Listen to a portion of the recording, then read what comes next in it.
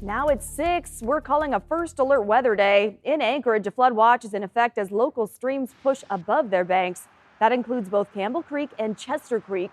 Nearby homeowners tell us they hadn't experienced flooding yet, but were keeping their eyes open. Street maintenance says the rain is giving storm drains a workout, but so far they seem to be working with no major flooding reported as of this afternoon. What you're looking at right now here is the scene at the Lowell Creek waterfall in Seward. That pours right into Resurrection Bay. Crews there say they went out last night around 6 with a bulldozer, working around the clock to keep the waterway and the bridge open. Really wild footage there. Lots going on in Seward. They've also used an excavator to help clear the basin and tunnel of rocks and debris to prevent flooding in that area. Crews just finished working on that today and say they'll monitor and reassess.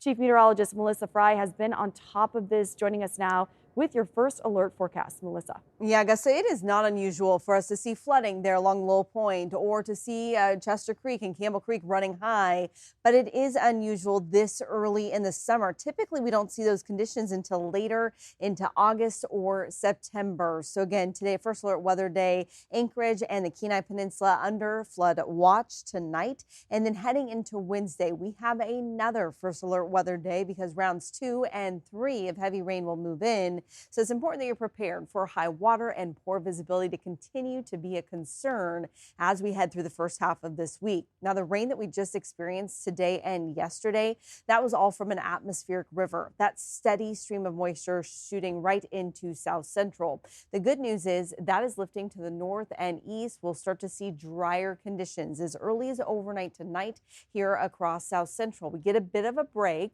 but we do have that next storm system quickly moving in Tuesday afternoon, Tuesday evening. We'll see that next round of heavy rain pushing through, and then another really quick break before Wednesday afternoon. We see that next round of heavy rain pushing through that will stick with us into Thursday morning. So again, 2 additional rounds of this heavy rain moving in, and those rainfall totals will still be impressive. I do still expect another 1 to 3 inches of rain here across South Central between now and Thursday afternoon. Once we get through that, we will see much calmer conditions heading into the weekend. Temperature-wise, it has been chilly. In fact, today on the edge of a record for the coldest high temperature we've ever recorded on July 20th. Tomorrow, you can see that blue sky tomorrow morning. Soak it in before that next storm system arrives in the afternoon, bringing that next round of rain into the evening.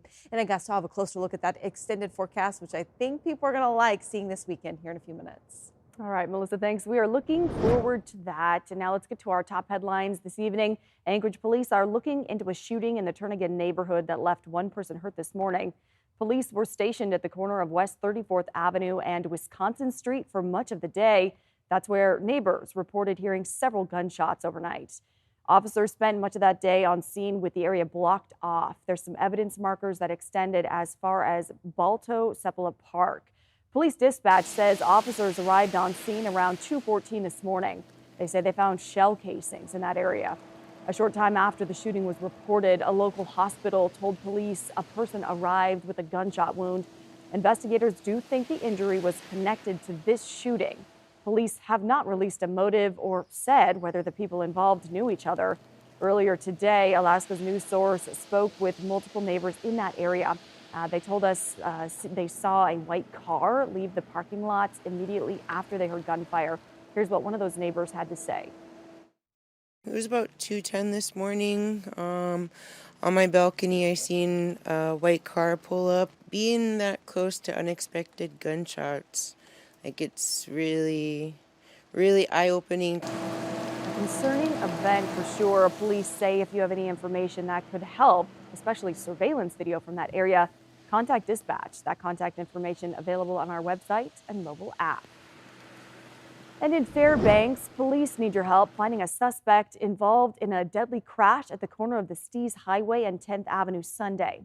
It happened around 12:30 a.m. Officers responded to a collision between a motorcycle and a bicyclist.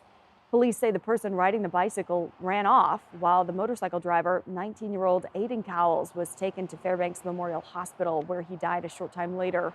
Police Chief Ron Dupuis says witnesses described the bicyclist as illegally crossing the highway under a red light with no crosswalk, where Cowles had a green light and was following the speed limit. The suspect is described as a native male, about 5'10", with dark skin, weighing around 230 pounds. If you know anything, call the Fairbanks Police Department. Now let's get to some politics. Governor Dunleavy wants an LNG pipeline through the state. But today, lawmakers tell our political reporter it may be up to the next administration. Lawmakers have tried for months to pass a deal, cutting property taxes for the gas lines developer. It died last week. Many in the majority say that was the best deal they were going to get. Now, some leaders in the legislature say it's up to Alaska's next governor to make the literal pipe dream a reality. But in terms of just setting it aside for the next governor, I've heard that, but I think there will be an attempt this session to try to make all the ends meet and to get the support needed in the legislature. Again, but it's going to be hard. We're slowly reaching the point where it might be best for a new governor and a new legislature to delve into this. At this point, I would say that's the real expectation. And I'm frustrated with it, don't like it, but I got to be a realist.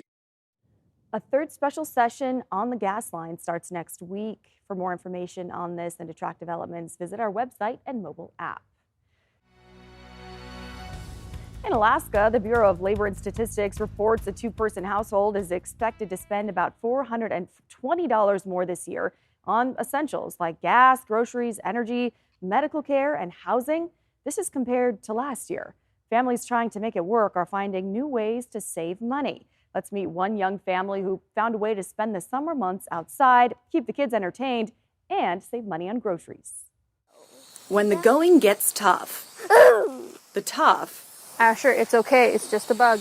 get growing. I just do not like bugs now. Stephanie Ellis brings Asher and Eliana to help out in their community garden plot once a week. That's okay. They need a bath anyway. They showed me how to spend an inexpensive day outside. More lettuce, marigolds, and peas. It's self-sufficient. It's beneficial. It can help you in the long run. And it may be difficult sometimes, but you still get some sort of produce out of it. Stephanie expects to save several $100s on groceries this summer, cash that's needed in other areas of the family budget. It's low, but I'm not filling it up every 4 days or every 2 days anymore. My favorite thing to grow is sunflowers. The average Anchorage community garden plot costs about $25, and the savings get easier. And then that saves you a whole ton of money when you go to germinate your own seeds. And germinating the seeds is really easy to do. The kids aren't just learning how to care for their family. She hopes they learn how to care for themselves, too. I really hope that they find a hobby that entertains them and keeps them mentally, put together. I struggle with mental health a lot, and one of the main reasons that I garden is for my mental health. While today's activities were easy on the wallet, Look at this sky. Look at this. learning new things with the ones you love Oh, that is the most red strawberry I've ever seen. Yeah. is priceless. Augusta McDonald, Alaska's news source. Thanks for listening. Click subscribe so you can get the latest podcast from Alaska's news source automatically.